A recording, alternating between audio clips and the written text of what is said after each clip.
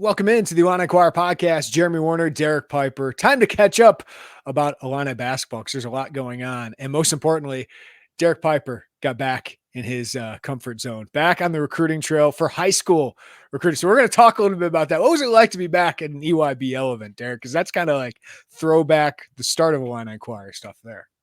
No doubt. Yeah, it was old school.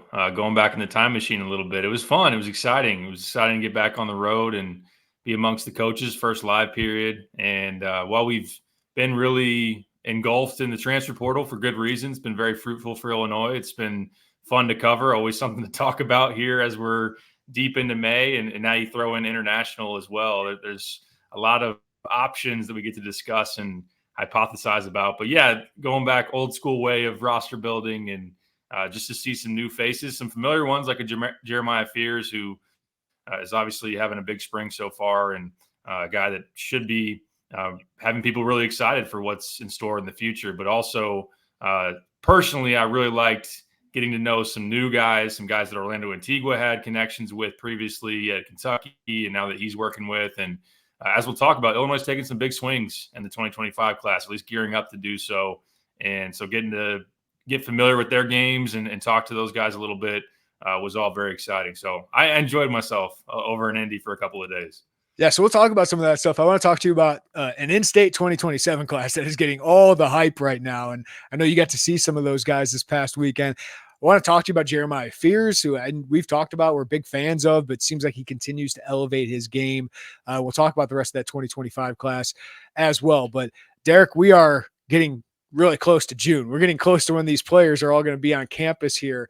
I know football is reporting now. So we still got roster spots. There's still 3 scholarships available. So first of all, let's talk about the wing.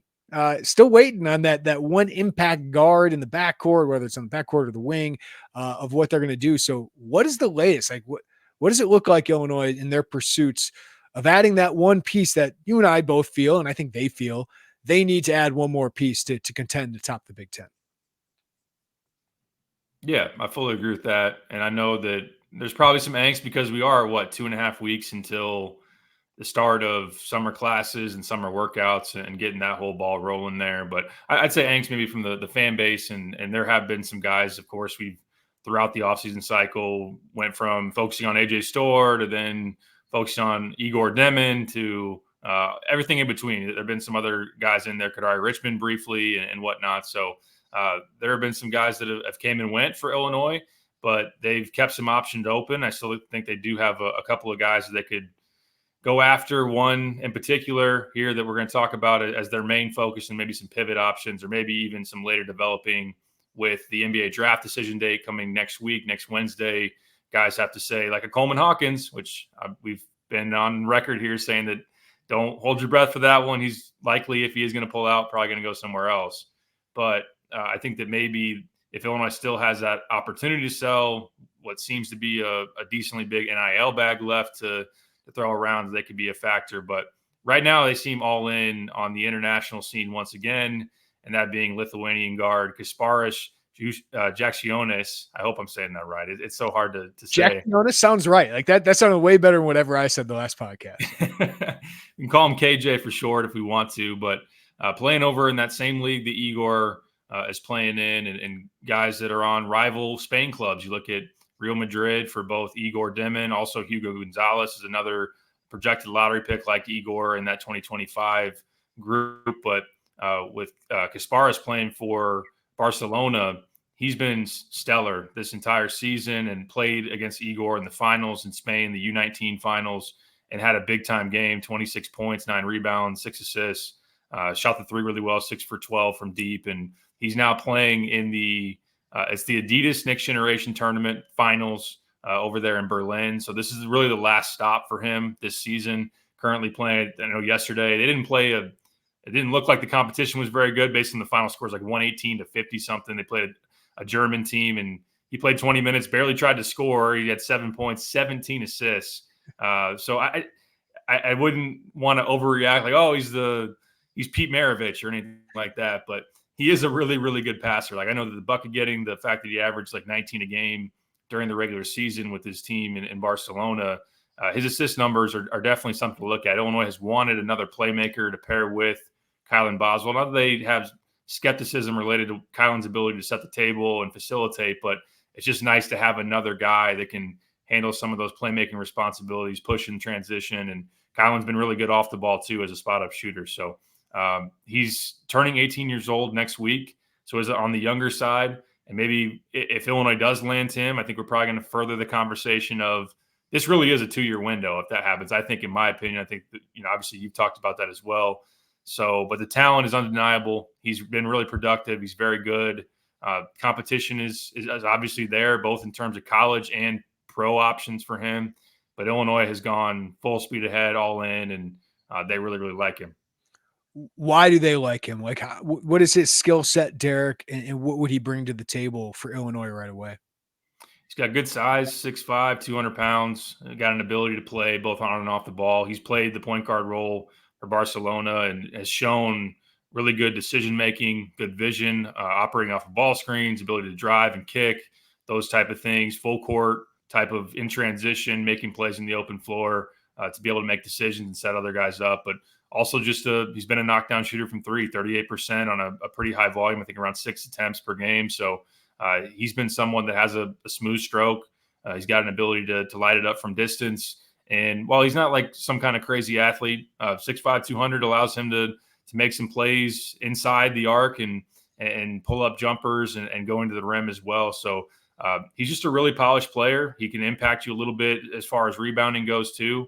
I know if you look at his stats, he's done that. Of course, it's not like Tomislav Vicic where he's gone up against some like the grown men, the former pro or former NBA guys / current pros. So the competition's a little bit different, especially on the U19 ranks. Now in some of the other competition he's had, he has played against some older guys. But just, the talent, the idea that maybe you could have him for multiple years, I think that's something that has factored into Illinois' decision-making as well. And let's be honest, I mean, they were very much in on Igor Demin and pushing hard for that. It established a relationship and spent a good amount of time on it, had offered a good amount of NIL and ultimately got away from him. So in watching Igor, they then noticed Kasparas. They saw Kasparas get the better of him, was the best player on the floor in that U19 finals game. And again, we're talking about on the other side, 2 projected lottery picks. So in doing their homework from as far as what I've heard, scouts really like him. He is thought to be a future potential NBA prospect, just not having maybe the same overall ceiling of Igor, because Igor's like 6'8", 6'9", and Kasparas is 6'5", but very talented player. I imagine the timeline is in the next couple of weeks for someone like him. What do we know any of the competition for KJ here? Wake Forest has worked it hard. They probably worked it harder than anybody. And they have an in with a member of their staff being from Lithuania, having played on the Lithuanian national team. So they've been on it for a long time. Whether or not I don't know as far as the NIL goes, what their situation is or how aggressive they can be there. It feels like Illinois is in the top tier of what they're pushing with on that side. Of course, it's not always NIL, but NIL is usually a big factor. And Florida, I've heard also is both in terms of relationship. They've been working it for probably a year or so, and also just an NIL offer that's pretty competitive. I've also heard BYU, and that was a name that popped up with Igor Demin. Although what's interesting is it does sound like BYU may be back in the driver's seat for Igor Demin. Arkansas briefly, maybe they were the ones hiking up the price. I've heard that a little bit, and then maybe they decided to go a different direction and BYU maybe the landing spot there. So BYU, though, definitely wanted to make a big splash, new staff, have opportunity to sell, and apparently some money, some backing there. So they've been involved with KJ as well. But those are the college options I've heard. I know Gonzaga was in it for a while. Ultimately, I just don't think they have enough opportunity to sell. Mark Few's loaded up his backcourt pretty well. Kansas was dabbling a little bit there, similar situation. They have a lot already solidified on their team. And maybe even looking, I know there's been reports of maybe dabbling with Javon Small and trying to flip him in college. So Bill Self's not done, but that's what it's looking like in college. And then professionally, there are some other pro teams that would like to have him for a year, couple years, maybe before the NBA is really in the picture. Well, Derek, as we zoom out here, because we focus so much on just getting these individual pieces, like getting a guy like a Vicic, and if you can get somebody like Jakucionis, I probably butchered that again, but we really got to figure that thing out. But if you could get pieces like that from Europe, and you have the connections and to get into that talent pool, which as we see is getting to the NBA and is kind of running the NBA right now, like that's huge for Illinois.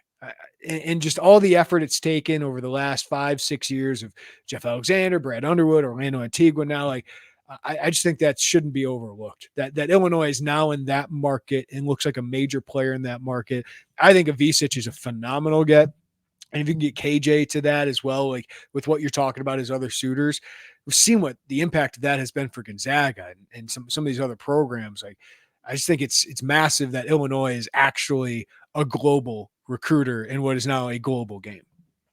Yeah, no, absolutely. I agree with everything you said there. It's huge in terms of what you can do this cycle. Avicic is looking to be a really nice piece, and to get a 21-year-old who has that type of experience, and then KJ, somebody that's very talented and maybe has the ceiling to be an NBA type of guy. But yeah, in the future, to just be established over there, the connections you have to make to get in with agencies, to get in with I know pro teams want to kind of push you away. They don't necessarily, they're welcoming you in. Come take our players, those type of things. But just people that are connected over there that know the up and comers. Of course, a lot of work is done in some of these FIBA events, getting a chance to watch these guys, the top players from different countries go against each other. But just to have that footprint. And I know that, Illinois, I think a lot of times, and obviously we focus on the NIL dollars, the opportunity, everything. I mean, Illinois is a very diverse campus, and that's something that they've obviously been able to sell. They've had a diverse roster since Brad Underwood's been in at the helm, with having guys from all over the country or all over the world, different countries. So those are things that they matter, I think, as you want to make guys comfortable if they come over and play. And it's definitely a big deal to have success stories, because while Illinois has gotten some guys like a Nico Moretti from Italy or Zachary Perrine for a few minutes, and some other guys, that to have somebody like Avicic come over and really establish himself and play well in the Big Ten would be huge, to then go back over there and try to sell it to somebody else. And same thing if they were able to get Kasparis as well. So, but like you said, just getting over there and getting established and working some of those connects are important. And if you do well, Gonzaga, Arizona have just developed a reputation that continues to pay itself off going forward. Anything else we should be looking for this roster? I mean, Brad's talked about leaving 2 scholarships open. I think if not KJ, you look at some other guys who are still open. Miles Kelly, one that's going through the NBA draft process, although fully expected to go back to college. Wake Forest guard, all ACC honorable mention last year. Just a proven scorer at the high major level. Probably would have liked a little bit more efficiency on the whole from him last year, especially from three. I think it was 32%. We've talked about him before, but he's a high volume 3-point shooter. And in league play, you look over the last 2 seasons, 38% from deep, about 7 attempts per game. So a guy that really shoots a lot of them and has made them against other high major foe at a pretty good clip. So I know that Miami's been involved there. I know Auburn's been involved there. And I haven't seen publicly, at least, of him taking any visits, maybe just locked in on workouts and preparations for whatever he's going through in terms of pre-draft stuff. But Illinois has been linked to him, at least in terms of a suitor. I think there is some mutual interest at the very least. So he's someone that they have worked on. But I think that, obviously, as we talked about, Kasparis is their number one option. Mike Sharvjams, you had a better pronunciation for me for that one last time. Mongolian Mike. Sharvjams, yeah. Sharvjams from San Francisco. He took a visit. So he cut his list. Is interesting. I know Jeff Borzella reported on this for ESPN that his list was Illinois, Utah, and St. Mary's. But then shortly after that, took a visit to Cal. So maybe Cal now, you would assume, very much in the fold there. Haven't heard an announcement. It's been about a week and a half since he's visited Cal. So that seems to Illinois probably be like a tier B, maybe a backup plan in case some other guys don't work out. I've continued to mention, because I think he's just a stellar fit in case he does become available, Jameer Watkins from Florida State. Have heard very little in terms of, Illinois has a great in here or is making headway here. I don't know how much he's even dived into just coming back to college and where he might go. He's been very much one of those on the bubble type of NBA guys, whether he'd be drafted, where would he be drafted, what would his guaranteed money options look like. But if he does come back to school, I mean, explosive athlete, put up 16 a game in the ACC, two-way player. I just think he fits the Shannon mold probably as well as anybody did in this cycle that entered the portal. So if Illinois still has opportunity and NIL money, I'm sure he'd be majorly expensive. That's just one to throw out there in case he does come out of the draft next week and Illinois is still looking for a big splash. All right, Derek, let's talk about high school recruiting, shall we? Because it's fascinating what Illinois has to sell with where their program's at, and their development of players has been really strong here in recent years. But let's talk about the guy they have. A commitment from Jeremiah Fears, 2025 kid, dynamic scores, a top 50 prospect. But you got to see him this past weekend. He just looks bigger than the last time I really had seen him. Looks a little taller, but he also played recently here with Ty Rogers and Kylan Boswell and his brother at an open gym. But what did you see? Like, how good is Jeremiah Fears? I think he's pretty darn good. He's a guy that's a bona fide top 50 talent. I know that some are higher on him than others. ESPN has him 15th overall in the country, a legit 5-star, 24/7, 44th overall. I know Rivals is in that early 30s range for him. So, but just a guy that's well known as one of the best guards in this class and has really produced at a pretty high level in EYBL this spring. 19 points a game is one of the best players on the Indy Heat. I know he's playing alongside Jalen Harrelson, who's a legit McDonald's All-American type. I think he's top 15 in the country, has Kentucky and a lot of other big-time options. So those two are 1A, 1B on that team. And there were games I saw Friday night where Brad and Orlando were watching. Jeremiah was the best player in that game and really carried his team to the finish line. Had just from start to finish, was an established scorer from multiple levels, was able to knock down threes, was able to break guys down off the dribble, hit kind of those pull-ups, those floaters that he has. He's just really crafty. He has a deep bag of moves that he can hit you with, both in terms of finishing, but also just what he can do off the dribble. I mean, he's just a really creative ball handler, has always been really skilled there. And I've continued to emphasize, I've written about this many times, I think he's an underrated playmaker. I know that coming up, he was just thought to be kind of this undersized scorer, as a really good shooter with deep range. And but I think as over the last year, ball in his hands a little bit more, or a lot more, I should say, just seeing the floor well, hitting guys with anticipation and some no-look passes, some really impressive stuff that he's done. I think that as he continues to show that, if he does and continues to grow there, people maybe will look at him more as a legit point guard option, not maybe that kind of smaller combo or smaller off-guard scorer. But to your point, he has grown. Like, this was somebody that when we first saw him, I think you might have been also at that Riverside Brookfield at Joliet West, and he's not even 6 foot probably, but firing from three and impressive. He's now legit 6'2", maybe 6'3". So he's added some height, some length. Needs to still get stronger, as pretty much everybody that's high school junior going on senior needs to do, but very talented, especially offensively. I would say the one note is 3-point consistency is still something that, as I've watched him pretty closely here over the last year or so, it's something that's kind of eluded him. And while he's a talented shooter, I think he's a good shooter. Just the production has not been that consistent. Like an EYBL play this year, around 20%. Last year playing up on the 17U circuit, which you always take into account, about 28% with Brad Beal Elite. So a guy that can make shots from anywhere, just needs to do it from three more consistently. I'm looking ahead, Derek, at what next year could be for Illinois. And as you said, this could be a 2-year build. I mean, Ben Humrickhouse is the only guy that's currently a senior on the roster. So you have Ty Rogers, Trey White, Kylan Boswell, Dre Gibbs-Wallhorn. I'm just looking at the backcourt guys potentially there.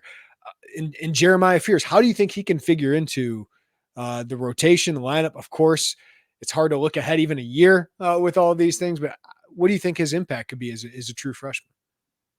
I think he'll be a guy that comes in and definitely makes an impact and is somebody that we'll see if he pushed for a starting role. We'll ultimately kind of have to see what that picture looks like, because like you said, like Kylan Boswell is going to have to consider whether or not he's going to come back for another year, what Illinois is going to do in the portal, what the status of how we evaluate what Dre Gibbs-Wallhorn is after another season and what that looks like. So there's a decent amount that still has to play out there.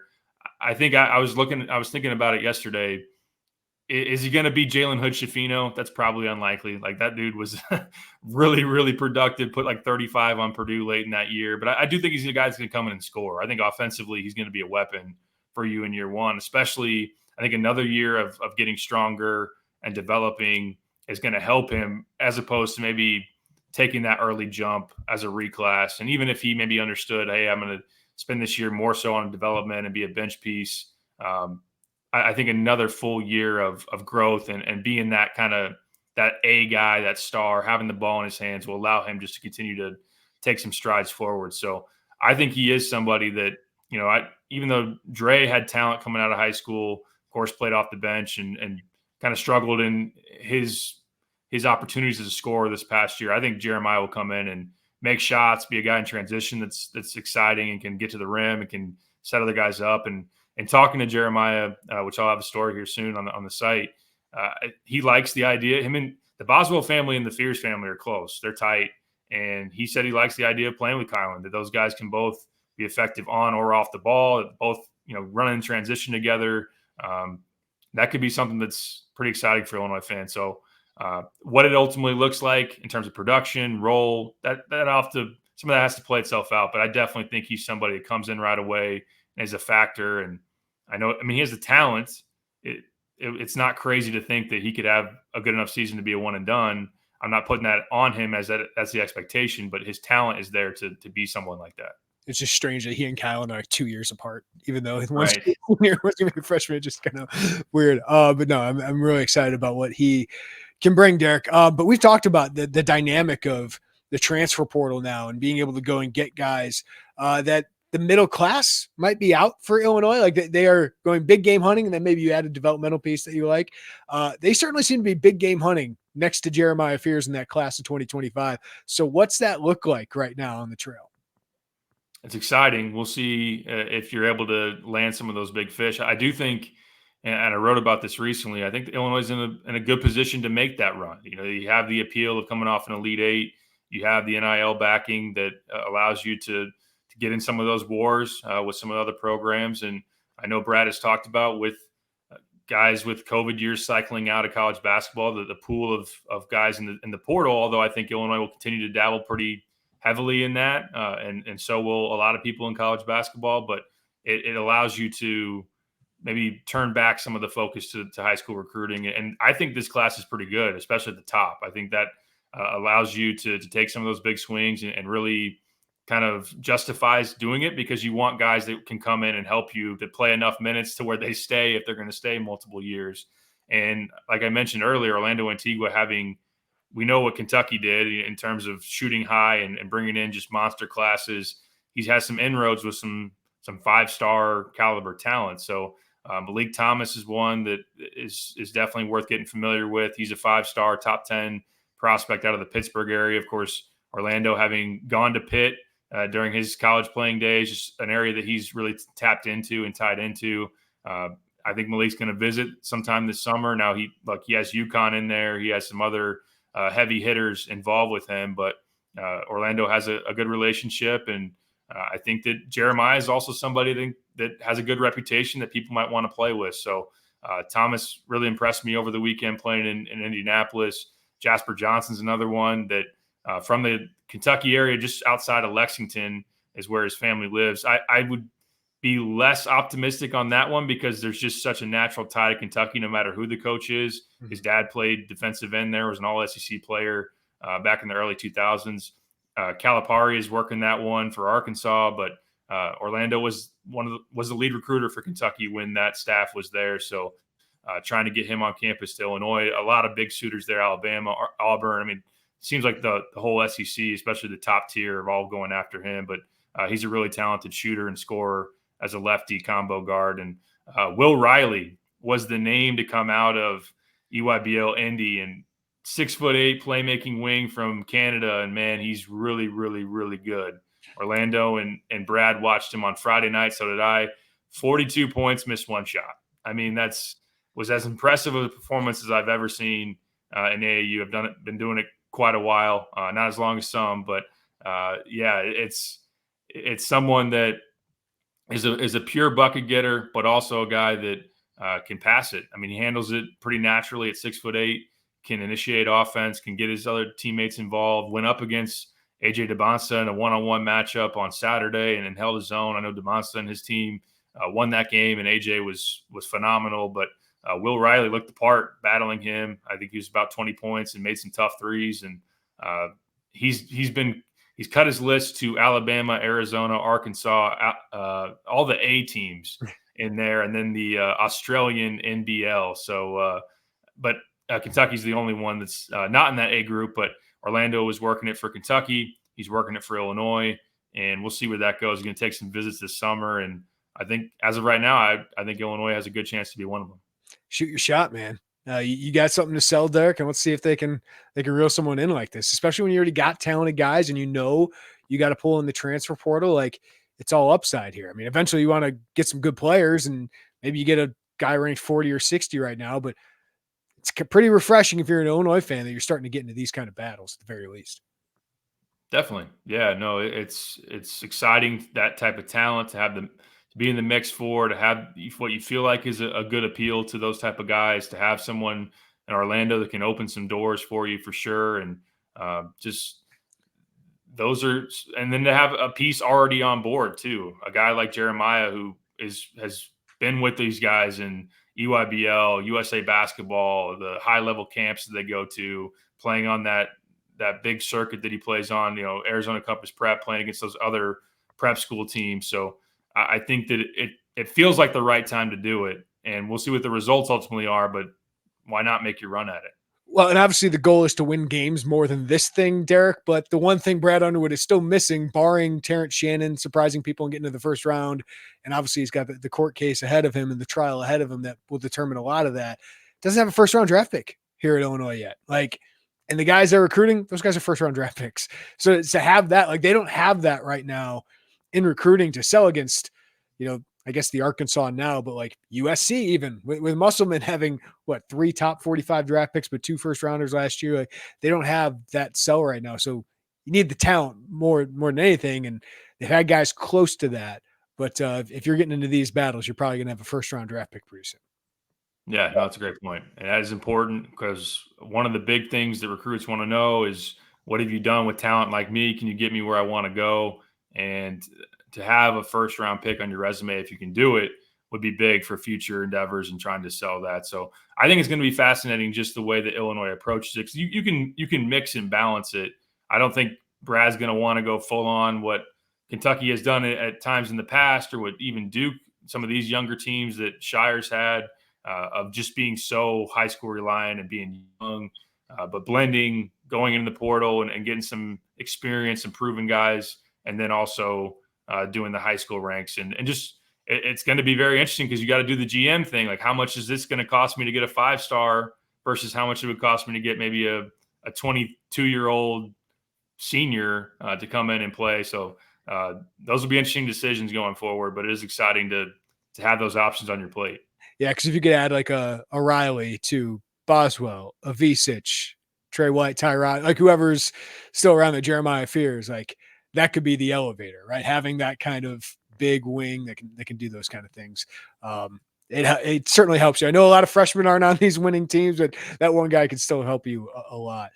Speaking of talent, I know Joe Hendrickson's been on this pod talking about the 2027 in-state class could be one of the best in a really long time. I think back to when you and I started really to do this, Derek, and the talent that was coming out of this state was pretty insane when you look back at it with Derrick Rose and even Julian Wright and all those guys. And then you go to Jaleel Okafor and Jabari Parker and Anthony Davis and Jalen Brunson, who's pretty dang good.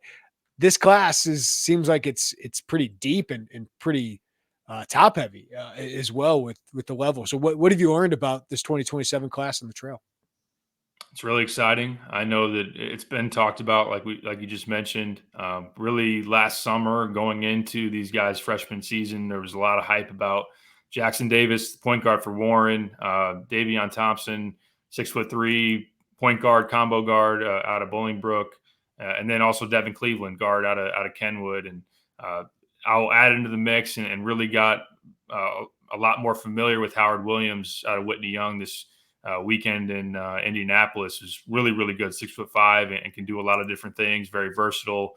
Has been the most productive player so far over the course of the spring for Mean Streets, a very, very good Mean Streets 15U team. So it's legit. There's, like you said, the depth there is different because there have been some high-end prospects here within the recent window. Of course, Io DeSumo, you had DJ Stewart, Adam Miller, Taylor Horton-Tucker, but it's been a while since there's been really, really high-end plus depth. So that's left too, right? Like, yeah, that too. Ellis is going to be a top 5 draft pick, but these guys are leaving the state. Hopefully, these guys stick around a little while.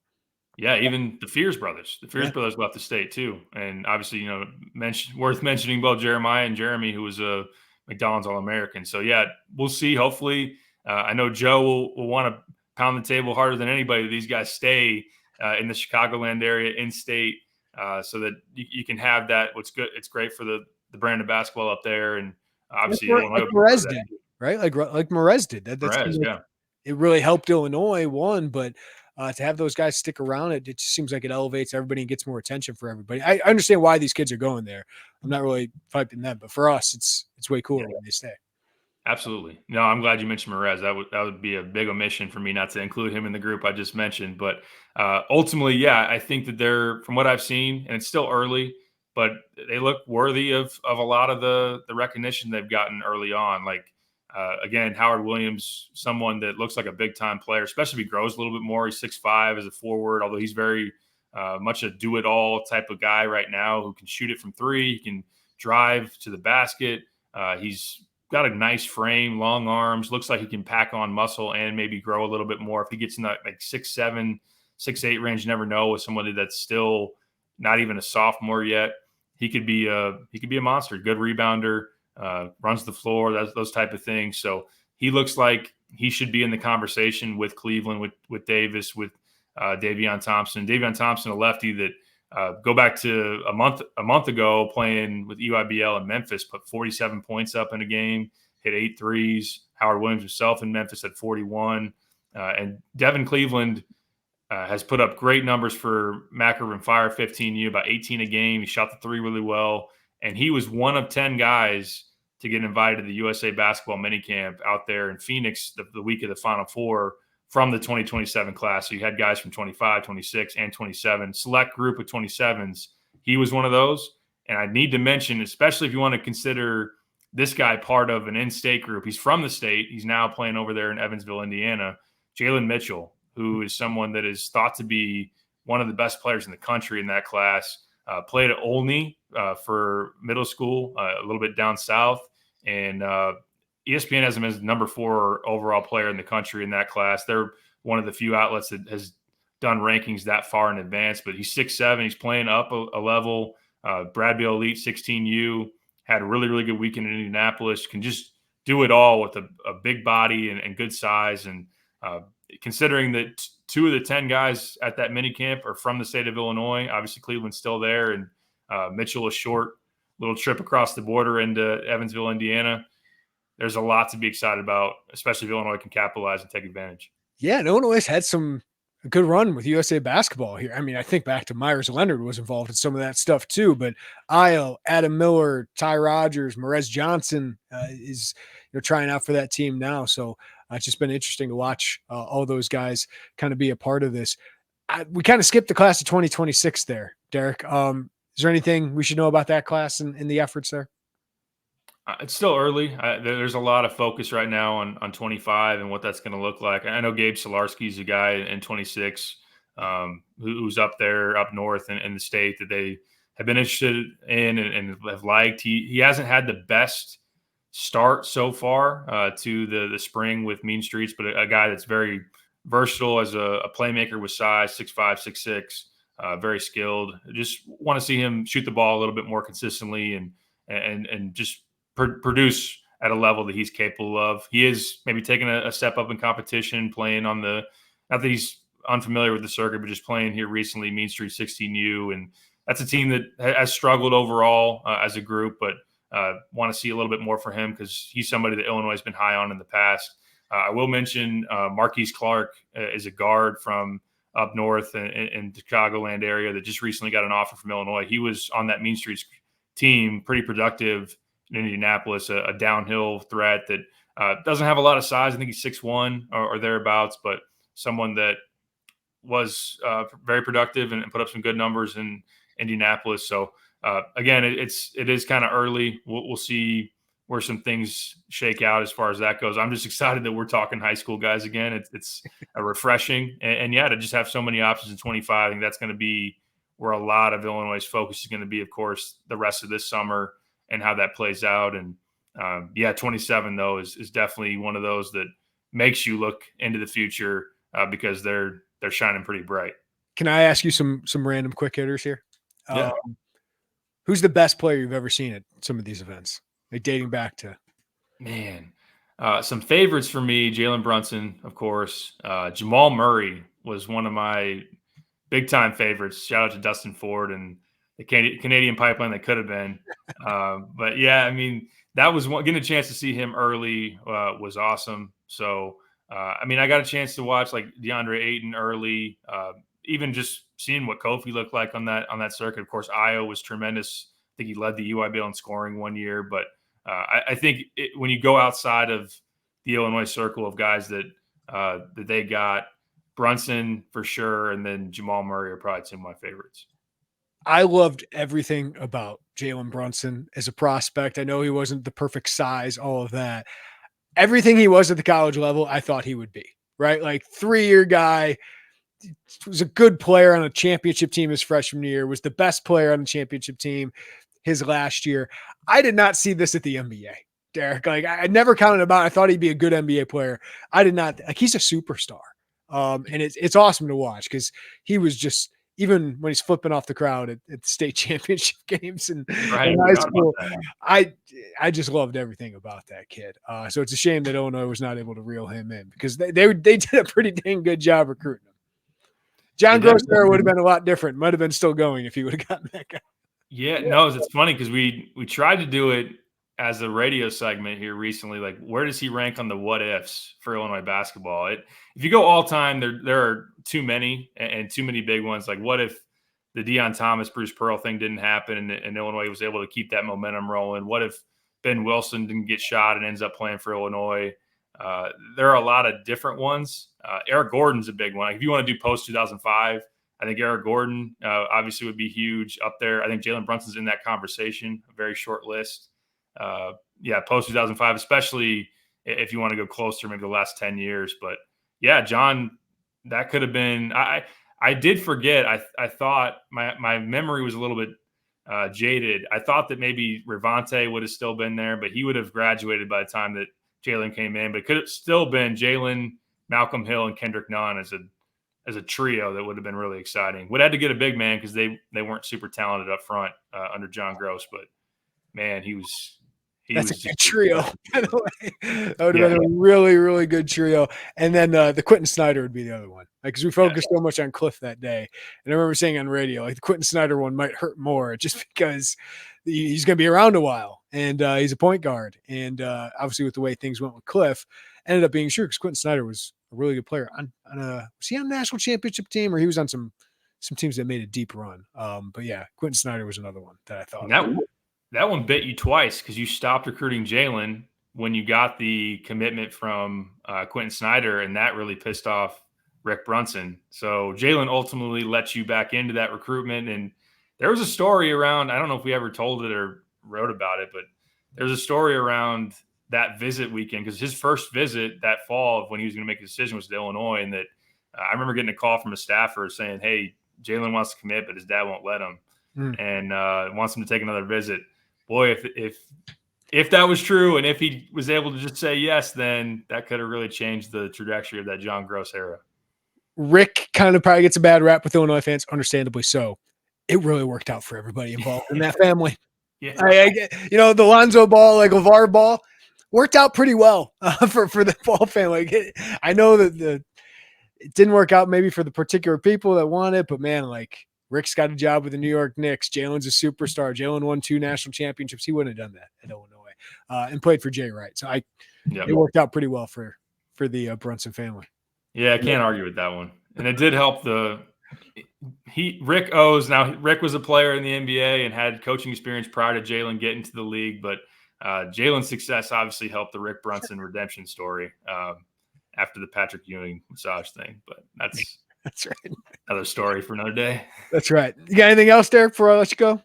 Hey, Cardinals Cubs. When someone watches this, someone's gonna complain. Every podcast I wear this, they say stop having a straight bill, Piper, and oh, the Cardinals stink. Well, they're playing better of late. Got a trip to Busch here recently, and that was fun. So still below 500. I'm still not super excited about them, but yeah. I'm jealous you're interested in your baseball team, Derek. So just Slightly. take that for what it's worth. You're Slightly interested. 2 games out of the wild card in the National League. Yeah, I'll take it. So that's what you got going for. I'm just 12 out of the wild card. 18 and a half. But we got 15 wins. So we got that going for us. Derek Piper, thank you as always, man. Yes, sir. Fun as always. Thank you for everyone for watching the Illini Inquirer Podcast. If you're on our YouTube channel, hit that like button, subscribe to us, hit the notifications bell if you're listening on the podcast forum. Follow us, rate us, review us wherever you get your podcasts. Everybody have a great day. Take care of each other. We'll talk to you next time right here on the Illini Inquirer Podcast.